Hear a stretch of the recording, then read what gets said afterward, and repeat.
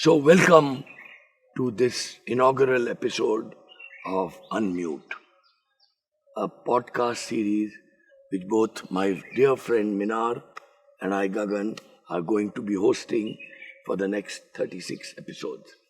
And we are really looking forward to having a very exciting time amongst us and with you all, viewers, and see how we can move to what I call reflective practice in these 36 episodes. But Minar, what do you have to say? Thank you, Gagan Bhai, and welcome, dear viewers. We are really looking forward in a very strong sense of excitement that we will all traverse this journey together over next 3 years, 36 episodes, one episode a month, and your accompaniment, your contribution, your support in the process is going to be crucial. And Gagan, excited to be really doing this with you, man.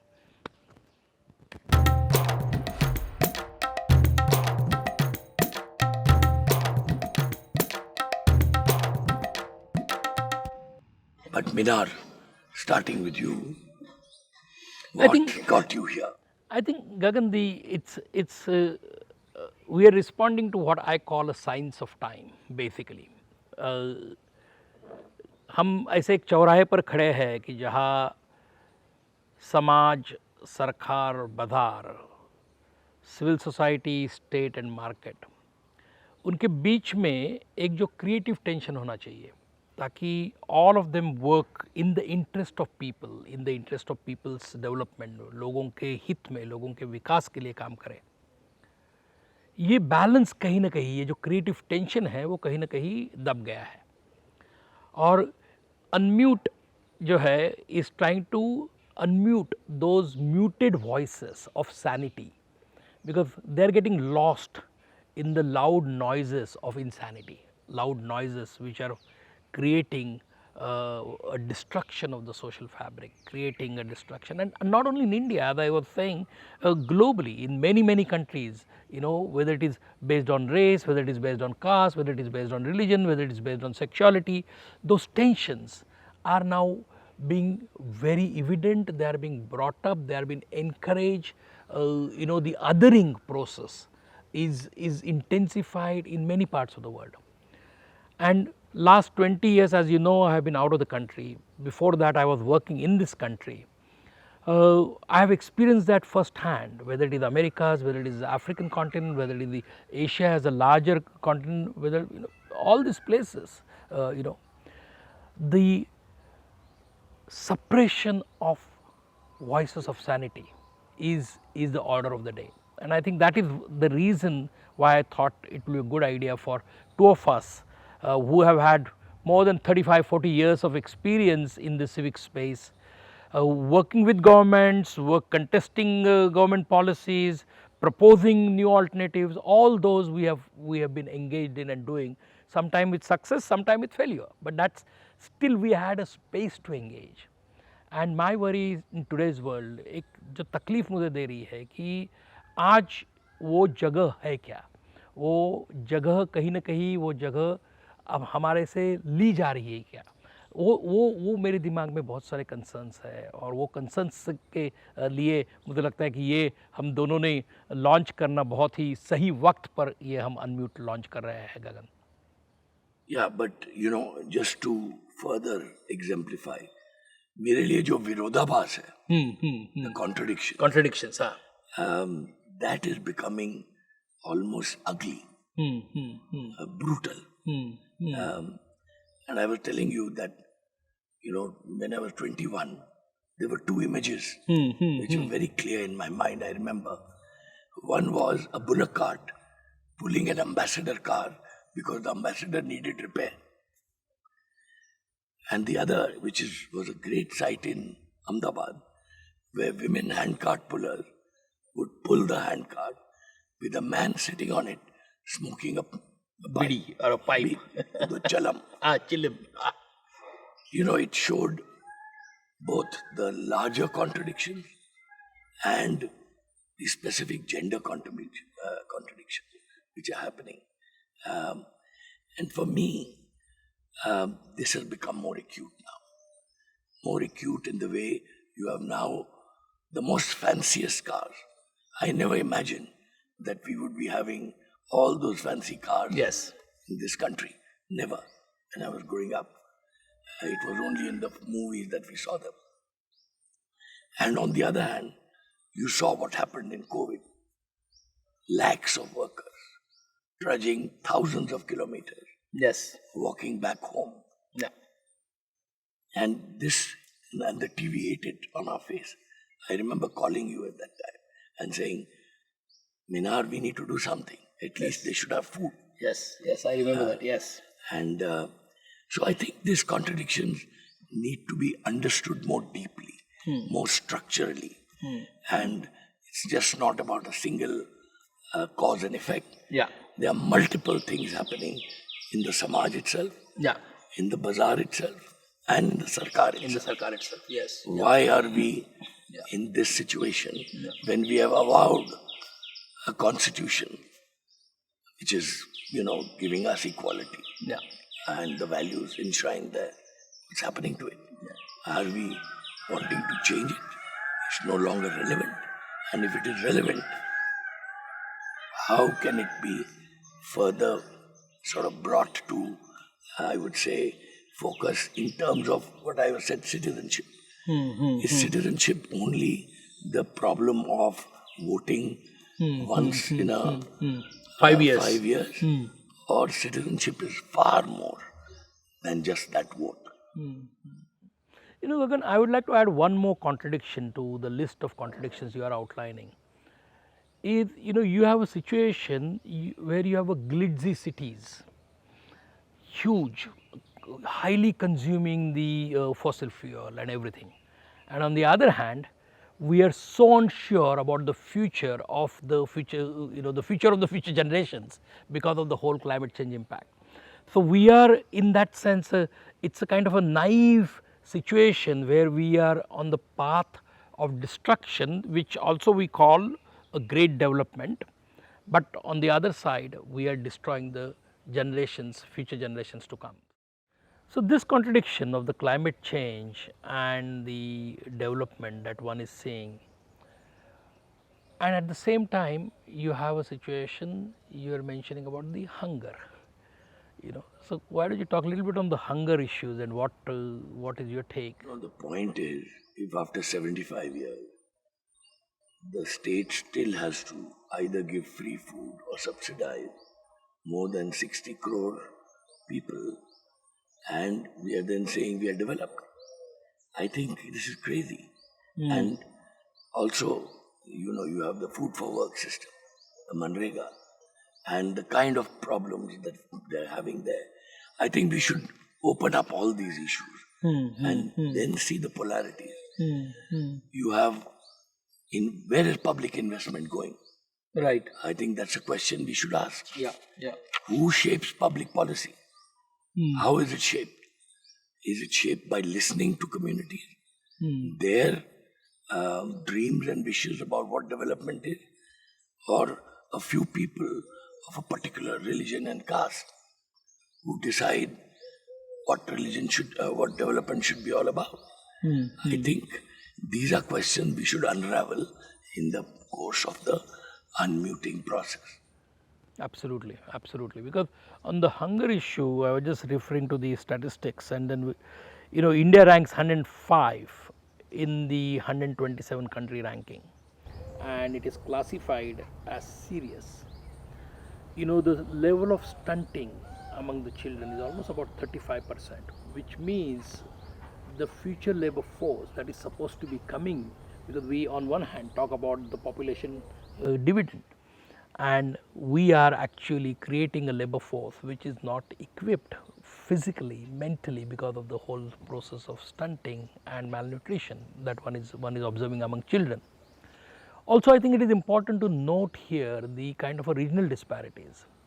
If we look at Human Development Indicator of Kerala, it's almost comparable to developed countries, while you look at the Human Development Index of Bihar, of Uttar Pradesh, it's comparable to Sub-Saharan Africa.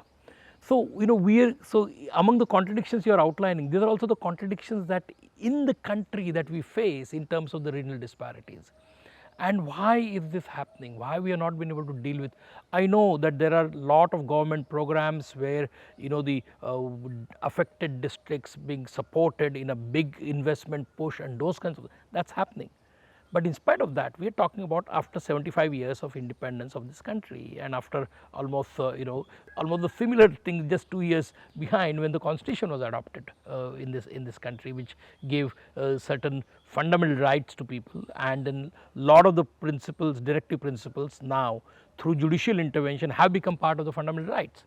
And in spite of that, we are having this situation. So, But you mentioned the constitution.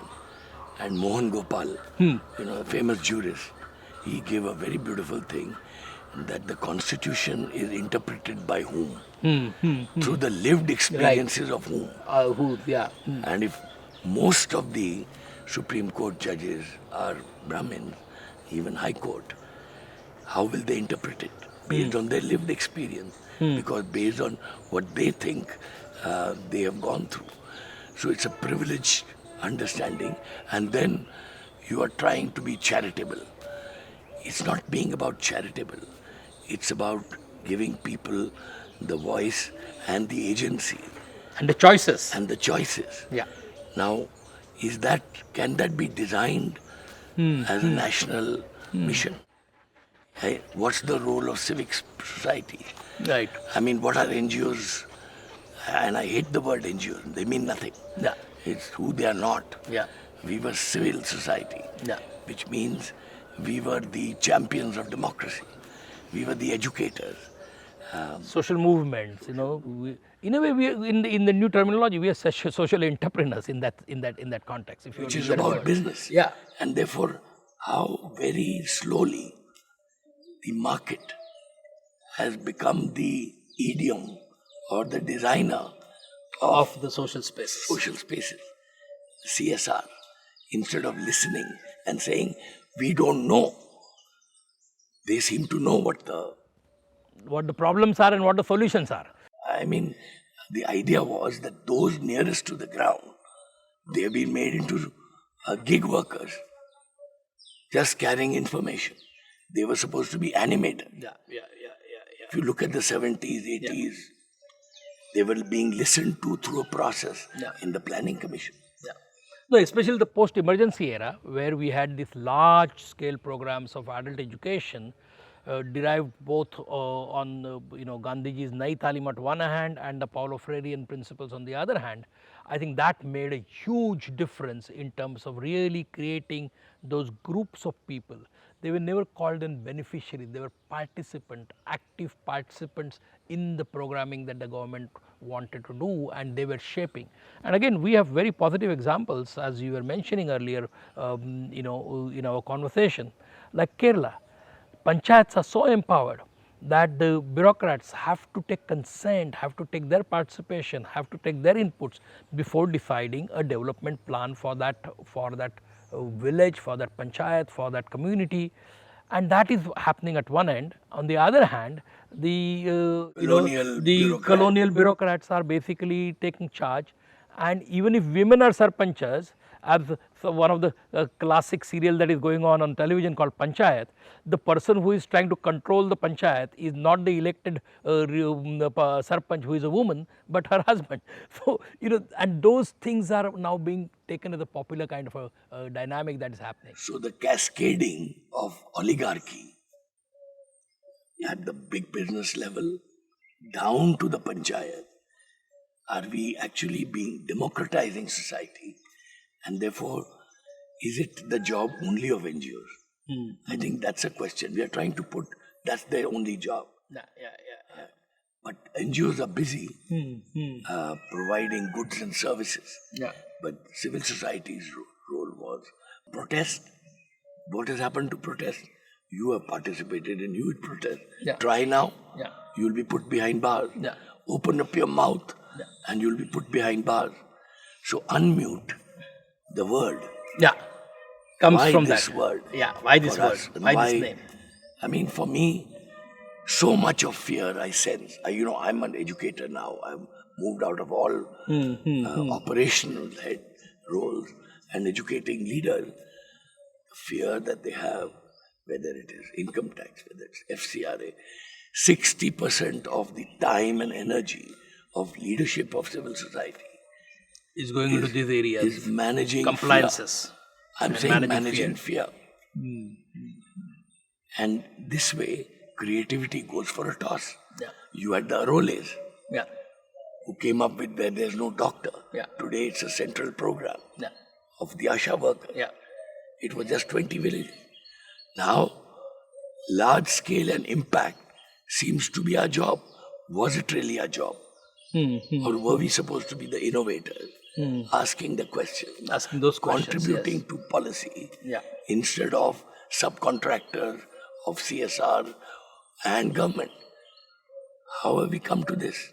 And therefore, what is this huge number of employment that we generate of people? Are they leaders or are they just delivery boys or girls? These are good questions we should unravel by asking various people. Absolutely. And I think that's the plan, Gagan, that we would invite guests who will try and focus on each of these areas in following episodes where we look at them a little more in depth. You know, the question is why two of us? You know, it's and why each one of us, what was our motivation? I think it's a good to little bit go back into the history where we began. You talked about two images. I always talk about the most impactful journey. I must be about 17, 18 years old, on that cusp when you finish your 12th standard and want to decide where you're going next. And I had an opportunity of visiting Talasari, a tribal hamlet about 60, 70 kilometers from Mumbai, in the month of May. And when I saw that those tribal communities during those months of May were only surviving on, you know, a very thin broken rice, you know, pays, they call it pays, and a imli ka pani, you know. So basically, I don't know what's imli in English, tamarind water. And that is the source of nutrition. And the kids were full of scabies. And that imagery I still have. And that's when my first instinct was, coming from a little bit of a privileged background, my first instinct was, we need to do some social work, we need to adopt this village, we need to go and open school, we need to, you know, start a nutrition program. When I started analyzing that further, people, some of my friends exposed me saying that this is the situation not because they have lack of food. The lack of food is because their productive resources have been taken or have been captured, and they have been basically disfranchised from their productive resources. Their access to forest and to forest produce, their access to land on which they used to produce, all is gone. And you cannot solve this problem by, you know, providing some food to one village. Ultimately, the issue is of productive resources and their, you know, ownership of those productive resources. So that was a turning point as far as I am concerned. And But, that you know, still image, linked to that, Minar, Pesa yeah, as an act, yeah, in a sense, is designed to change that. yeah. Is it implemented? And therefore, there are so many interesting laws.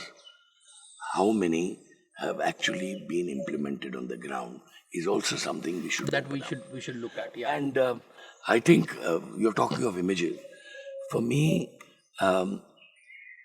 you know, my first foray into working in drought-prone area and seeing an old woman on the workforce side, for work side, who's having two children, grandchildren, because the parents had gone out for work, had just one bajri rotla, dividing it into half, further dividing into 1/4, giving them those pieces. After they ate, they said, we want more, further dividing the other half into further 1/4, giving it. They wanted more, said, now I've given you twice. And herself keeping 1/4. Very small piece. You know, these are the emotional aspects. Are we there listening to them? Even in the urban slums. Yeah. I mean, we are still having children on the roadside. We are still having that boy and girl at the chai ka galla. And we see it and it doesn't touch us. Why? What has happened? What's happened to our empathy? Have we got so that we are so busy just looking at the phone that we are not looking at what's around us? I think we should explore some of those. So have they really just become the statistics and the human face has been lost in the process? Is the kind of a question in terms of social policy that you were talking about. But also, I think what Yuval Harari said is the age of post-truth era. What does post-truth do? It gives you constantly that you cannot decide because there are both sides say yes. Yeah. Both sides are. So therefore, taking a position, young people are not saying, they'll argue, but they won't take a position. I think UnMute should be an enabling discussion for people as citizens, global citizens, to take a position. Yes. And therefore really deepen the process of agency. So UnMute from my perspective, Gagan, is a platform for everybody and anybody who is interested in India and India's development. So they don't have to be necessarily Indian citizens. They could be anywhere in the world, but are interested in what's happening in the population-wise the largest country in the world. So it will have impact what happens in this country on the global scenario. So from that perspective, everybody whether you are Indian, non-Indian, whatever, should be interested what's happening in this country, right? Just that, and I think also unraveling the culture narrative. Who's creating the narrative? Yeah. Who is creating, who is controlling, and who is pushing that narrative down the throats of people, and their voices in a way get muted. That's why UnMute. Therefore, people can express their narratives, and then really, reality is not one big picture. There's so much of intersectionality, but somewhere the constitutional values, they should be the bedrock of our conversation. The only addition I will make, Gagan, because we are not, of course, we are looking at India in a more depth, but we are also looking at the global situation. So I would always, whichever country I have visited in last 20 years, I always said, if your constitutions are democratic, constitution is one of your reference point, but the Universal Declaration of Human Rights is another reference point. Those two together are the harbingers of human dignity in terms of what kind of lives they should be able to enjoy, a life of dignity, life of opportunities, life of where they seek growth. I was reading Ben Gurion from Israel, the Prime Minister, and he said, I will understand why Palestinians are fighting against me, because we have occupied their land. It is their land. So I will not justify. So, and what are we doing now? Where is the Human Rights Compact? And human rights voices in the world, where are they? We are politically justifying war, and because of economics. Should we open that issue up? So Gagan, we talked about UnMute being a podcast that can be viewed, that can be listened to by anybody in the world who is interested in India. But can we be a little more specific? Whom would it benefit? Why should I listen? Who are those people that we are trying to get maximum of the audience for this podcast? Definitely. Being an educator in the development space, for me, young professionals who are studying, I think for them to really ask the good questions to themselves and when they are being taught, I think this would add to their experience. I think development professionals who are getting bogged down and feeling frustrated in what's happening, I think this should give them clues and hopefulness. So we are not here to build that everything is bad. I think there are lots of stories of hope. Yes. So I think hopefulness, empathy, these are critical sort of spaces which young professionals in the sector grassroots, which are seeing these tensions. Yeah. How are they Experiencing this tension, experiencing actually. that Yeah, tension? yeah. How are they looking at it? I think academicians can be using some of this to bring to light what they are trying to teach. Yeah. But largely, I think also civic society leaders at the grassroots, for them to navigate the difficult spaces. Right. I think these would be special. Yeah. But if some policy people are listening and are sensitive, I think should this help them to ask for good data, how to analyze data, Right. how do they look at public policy now? Yeah. Does it change their perspective? I think that's another space. And of course, the global space, comparing what's happening here with across the globe. Across the globe, yes.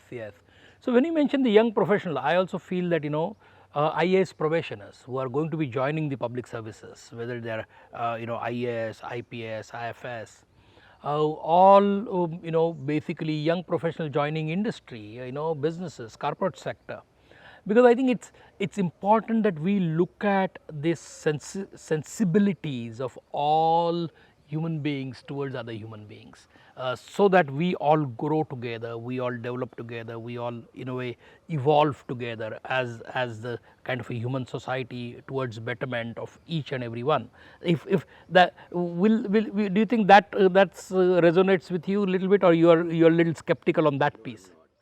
I just think, will these episodes leave people with the idea of being kind? Kind to themselves and kind to others, yes. others. I think empathy, kindness, these are some values we want to sort of bring out, but the hard way. Yeah.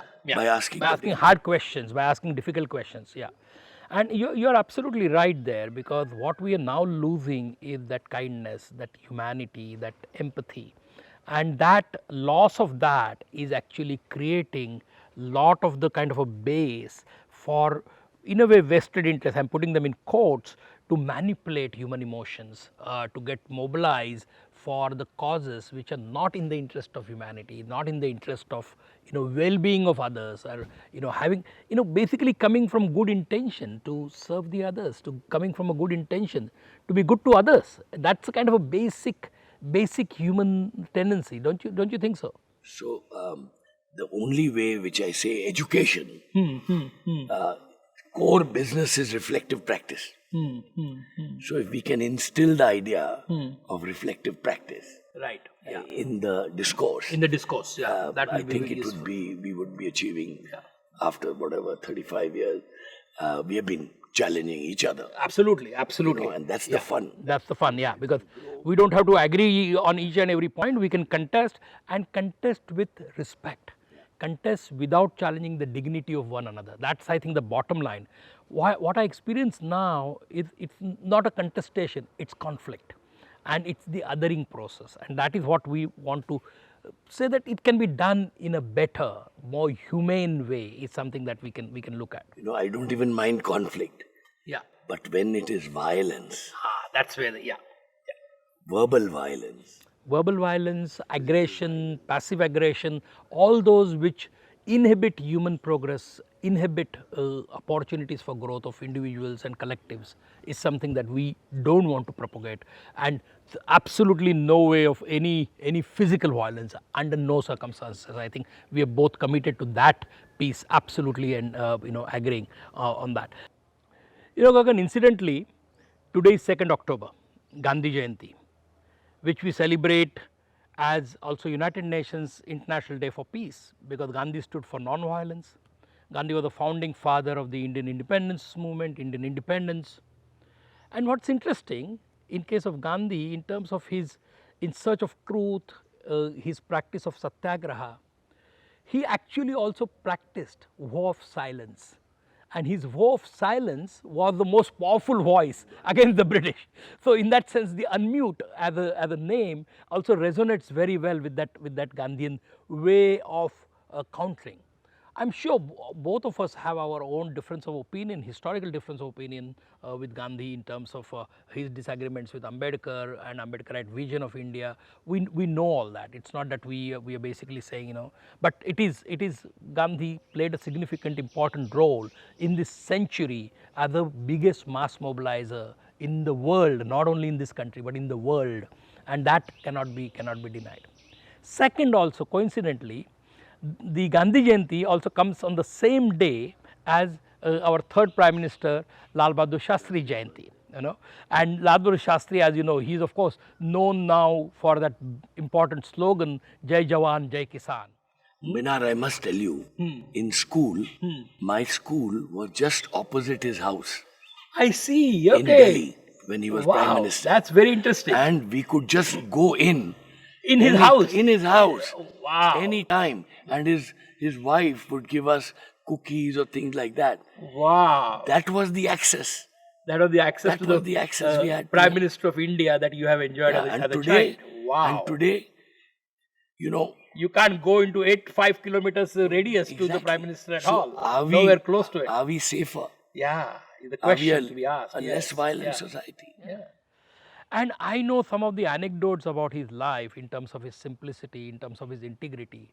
I know that one story where his son took the office car to a market, and he then actually asked the driver to calculate the kilometers and paid that money into the treasury, saying that, you know, this car is only for official purposes and not for personal use by anybody in my family.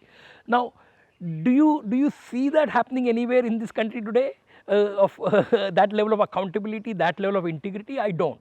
And the privileges that we use of office, all public the office. Time. Absolutely. And how much do we spend on it? Yeah. I think, therefore, the link between transparency, what's governance, I think, what's accountability, these are things we need to learn. Yeah. And why have we stopped practicing it? Yes. Is a question we should ask. Yeah. So, this is a very important occasion for launching UnMute. 2nd of October 2025, Gandhi Jayanti and Lal Bahadur Shastri's Jayanti, both icons of the Indian freedom struggle, both icons for the models to be emulated in some parts. We don't need to agree with them on everything, but still they are important figures which contributed in shaping the future of this country in their own lifetimes. Now, from there, you know, let's a little bit talk about what's the plan. Dear viewers, Gagan and I, when we were planning for this podcast, we agreed that we will do 36 episodes spread over a period of 3 years, one episode every month, launching on 2nd of October 2025 and continuing from there.